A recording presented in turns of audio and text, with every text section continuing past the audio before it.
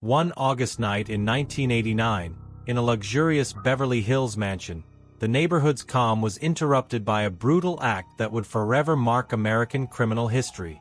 Two young men, Lyle and Erik Menendez, would desperately call 911, screaming that their parents had been murdered in their own home. What at first seemed like a violent external attack would soon transform into one of the darkest and most controversial family sagas ever told. Because behind those walls were hidden not only success, wealth, and the image of a perfect family, but also secrets, tensions, and accusations that would shake public opinion for years. Was this a double homicide committed by intruders looking for easy money? Or was it the sons themselves who planned every detail of the massacre? What could lead two young men, just 18 and 21 years old, to take the lives of those who gave them everything?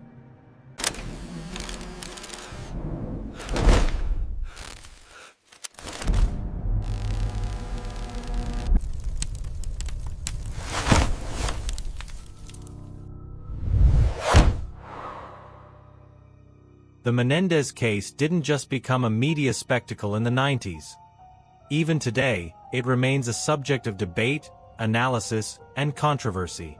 Its protagonists ended up labeled as either cold, calculating monsters, or as victims who acted out of fear, desperation, and years of silenced abuse.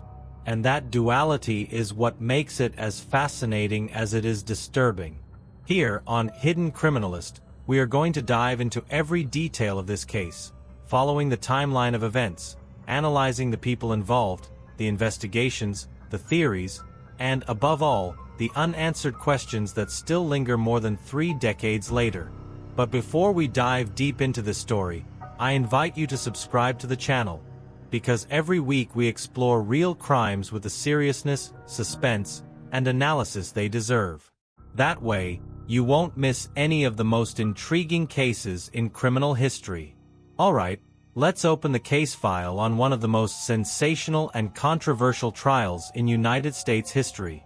To understand what happened that night, we first need to look at the Menendez family and the life they led before the crime. At first glance, they were the picture of American prosperity. A family of Cuban origin who had achieved the dream of living in the opulence of Beverly Hills. But what seemed to be a story of success and abundance hid tensions that would sooner or later come to light. Jose Menendez, the father, had emigrated from Cuba to the United States when he was just a boy. Over the years, he became a successful entertainment industry executive, eventually holding highly influential positions at companies like RCA and Live Entertainment. His personality was disciplined, demanding, almost military-like.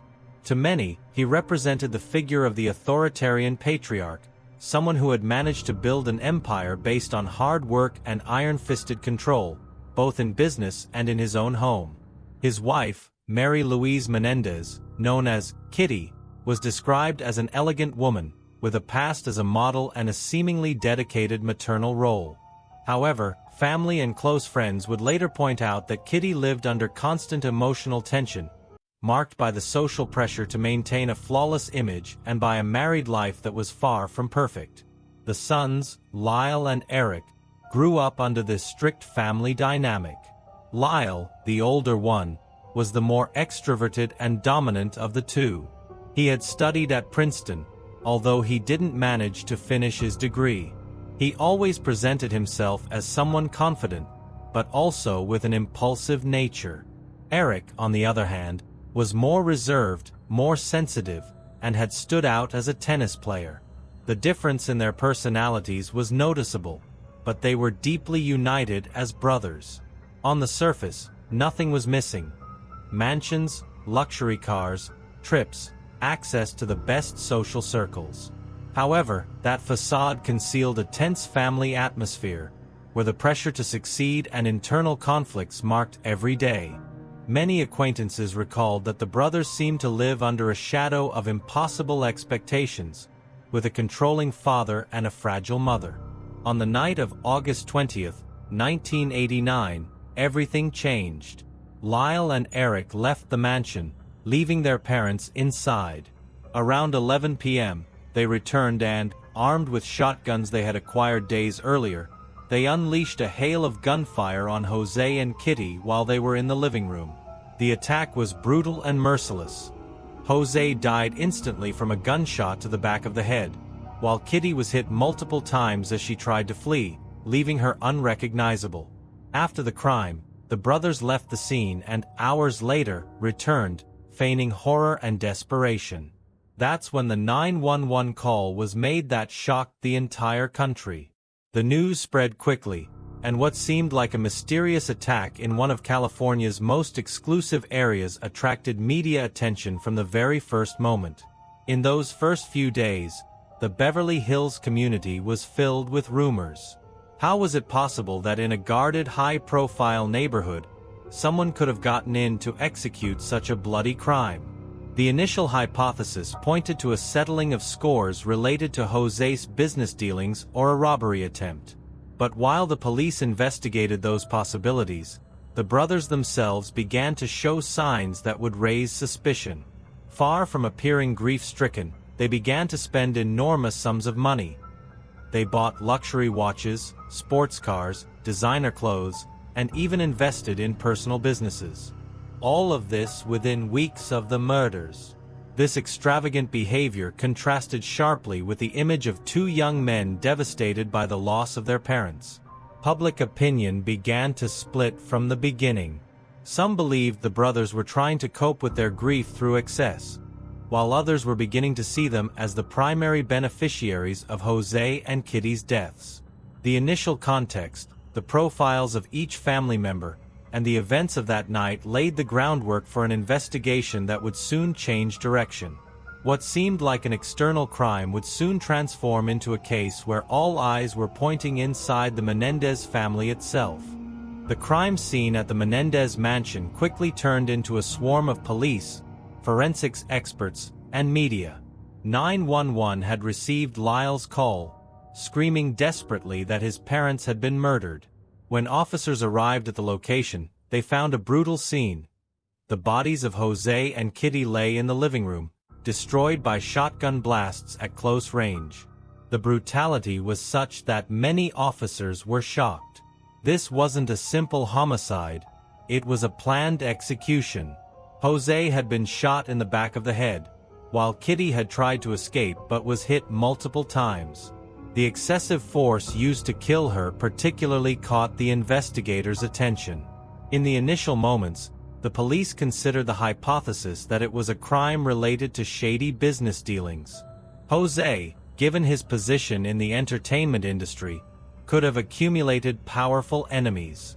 Another initial theory was a botched robbery, although there were no clear signs of forced entry or missing items of great value. The brothers, for their part, were initially treated as victims. In interviews with the police, they claimed to be devastated. They recounted that they had gone to the movies to see a film and afterward had spent some time at a fast food restaurant before returning home and discovering the crime scene. Their alibi seemed solid, at least at first. However, as the days went by, small details began to arouse suspicion. One of them was the way the brothers behaved in public. Instead of staying away from cameras and mourning, they began to be seen at parties, buying luxury items, and spending money lavishly. It's estimated that in the months following the crime, they spent over $700,000 on cars, watches, designer clothes, and trips. Detectives started to wonder, what kind of devastated sons act that way? The image of young heirs enjoying their newly acquired fortune didn't fit the victim profile. And, although the police were initially looking for an outside killer, little by little, the focus shifted to Lyle and Erik themselves. A key point in the investigation was the discovery of the murder weapon. The shotguns used had been purchased at a local gun store, and the receipts pointed directly to the brothers. Although they initially tried to deny the purchase, the evidence was conclusive. They had acquired the weapons days before the crime. The case began to take another turn. The police were no longer just investigating a possible external attack. They were now seriously considering that the victim's own sons could be responsible. However, something crucial was still missing: a confession. That confession would come via an unexpected route. Erik, the younger brother, began attending therapy with a psychologist named Jerome Oziel. In those sessions, burdened by guilt and fear, he ended up admitting his participation in the murders alongside his brother. What Erik didn't know was that this confession would become the centerpiece of the prosecution's case against him. The situation took a dramatic turn when Oziel's mistress, in the midst of a personal dispute, leaked the information to the police.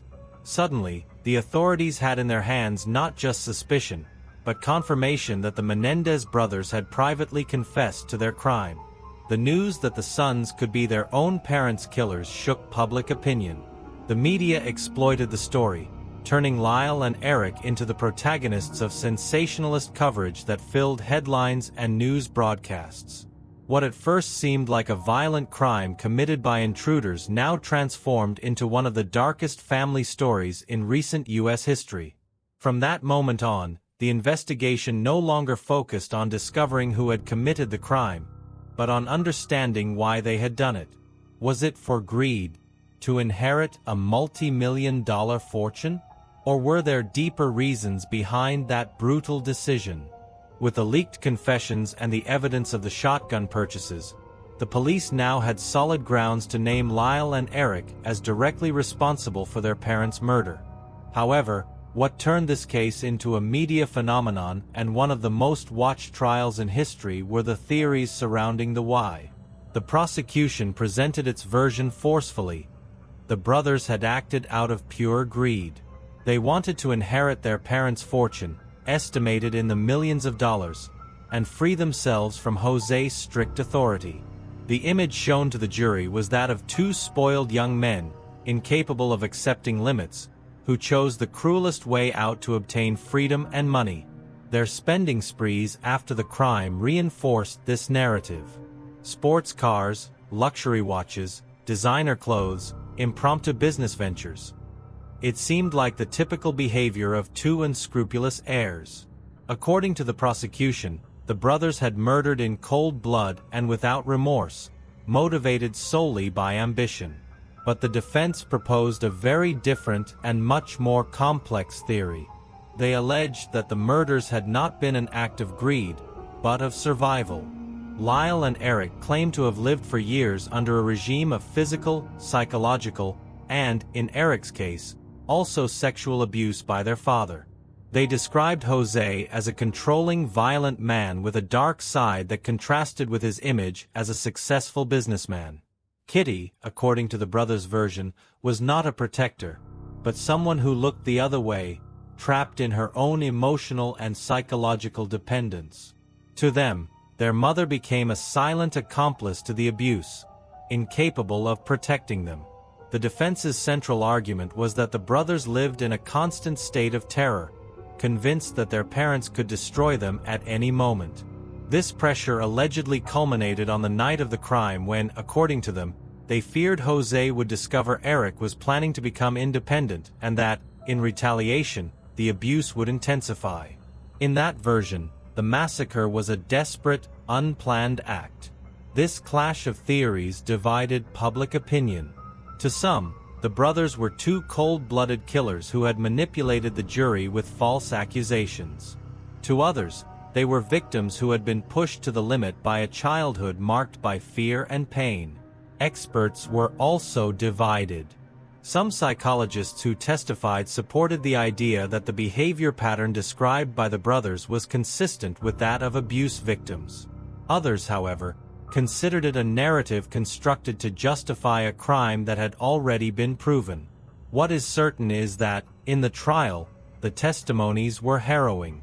Erik, in tears, recounted the abuse he suffered, generating empathy from part of the jury and millions of viewers following the case. Lyle, in a firmer tone, described his father's figure as that of a domestic dictator. Both insisted they had not killed for money, but out of fear. The prosecution, however, counterattacked by pointing out that there was no conclusive physical evidence to confirm these abuses. Furthermore, they stressed that instead of running away or asking for help, the brothers had chosen to buy weapons and execute a premeditated plan. With these two conflicting versions, the case became a kind of social mirror.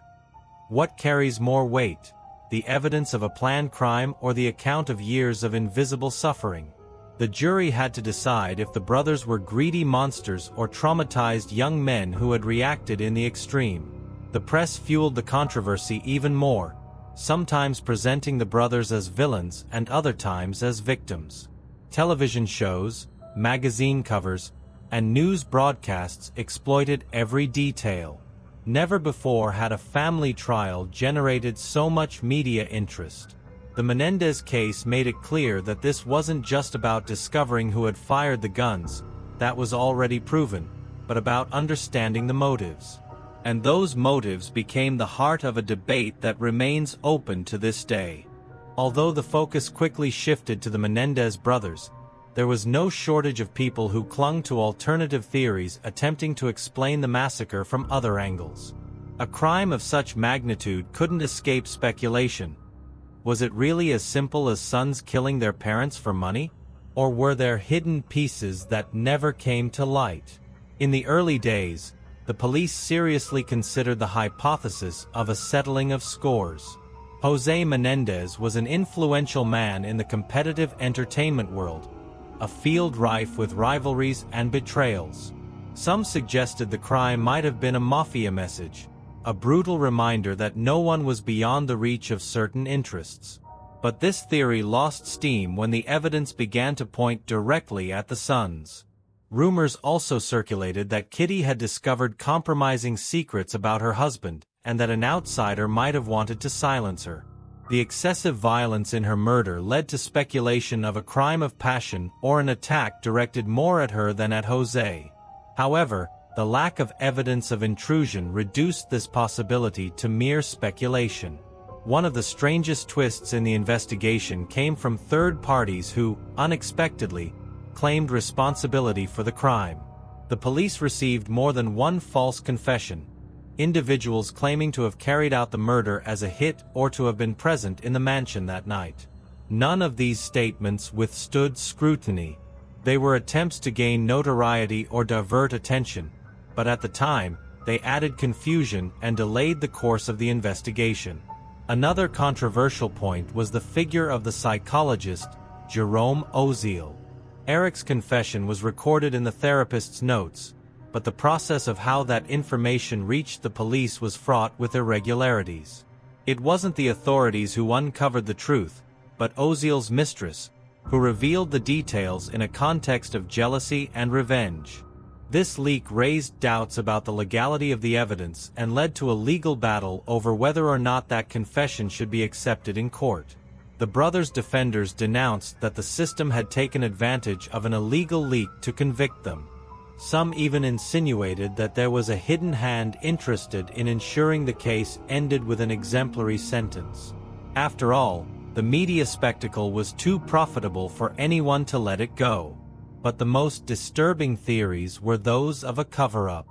Some supporters of the brothers maintained that the true extent of the abuse they claimed to have suffered was deliberately minimized by the authorities and the media themselves.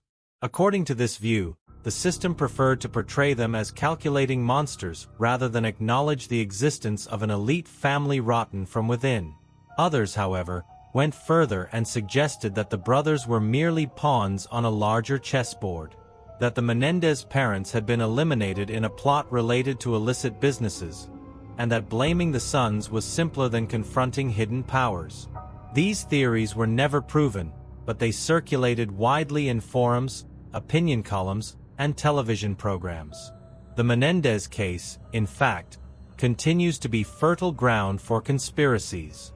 Even today, there are those who believe the official truth doesn't tell the whole story. That somewhere between leaked confessions, contradictory testimonies, and theories dismissed too quickly, something was lost along the way. What is undeniable is that, amidst this tangled web of suspicions and versions, the brothers were trapped. Their public image oscillated between abuse victims and cold-blooded executioners, between greedy heirs and possible scapegoats for a more uncomfortable truth. Each theory fueled the suspense, but none managed to completely divert attention from the most brutal fact. Two young men had taken shotguns and fired on their own parents in the privacy of their home. Everything else, mob ties, cover-ups, conspiracies, might sound intriguing, but what the justice system had to resolve was whether the brothers had acted out of hatred and ambition, or if they had done it because they were at the limit of their emotional endurance. The trial of the Menendez brothers became a mirror of late 20th century American society. It wasn't just a criminal case, but an open debate about family, power, abuse, and money. The question that lingered in the courtroom and in the public conscience was as simple as it was devastating. Were Lyle and Erik monsters who killed for greed, or victims who found violence to be their only way out? The process was not straightforward. After prolonged trials, divided juries, and harrowing testimony, both were finally convicted in 1996 and sentenced to life in prison without the possibility of parole. For the justice system, greed weighed more heavily than the narrative of fear. The verdict was clear. The brothers had planned and executed the murder in cold blood. But the ruling didn't put the doubts to rest. Over time, voices emerged insisting that the official story didn't tell the whole story. Documentaries, interviews, and later analyses have shown the case in a new light, highlighting the abuse testimony and questioning whether the system truly listened deeply to what those young men were trying to say. Today, more than 3 decades later, Lyle and Erik continue to serve their sentences in prison, where they were reunited after years of being separated in different facilities. Their story continues to generate interest, not just because it's a heinous crime, but because it exposes the fragility of family bonds when power, silence, and pain are mixed. The disturbing part of the Menendez case is that it forces us to look beyond the morbid curiosity and ask ourselves, how well do we really know the dynamics within families? How many hidden realities are hiding behind facades of success and perfection? And above all, how far can a human being go when they feel they have no escape? The Menendez case doesn't have a single answer. For some, the story will always end with the image of 2 ruthless killers who didn't hesitate to wipe out their parents to keep a fortune. For others, it will remain a family tragedy in which 2 victims decided to strike before they were destroyed. In that ambiguity lies its power. No matter how many years pass, the story of Lyle and Erik Menendez will continue to generate debates, documentaries, and analysis, because it strikes a nerve that transcends the crime itself. Ambition, fear, domestic violence, and the thin line between victim and victimizer. In the end, perhaps we will never know the entire truth for certain. But what is clear is that August night in 1989 forever changed the perception of what a family can hide behind the doors of a seemingly perfect mansion. And now I ask you, what do you think the Menendez brothers were? Cold, calculating monsters, or broken young men who reacted at their breaking point? If you want to keep exploring more criminal cases that marked history, don't forget to subscribe to the channel, leave a like, and hit the notification bell. Because on Hidden Criminalist, we will continue to bring the darkest secrets of real criminology to light.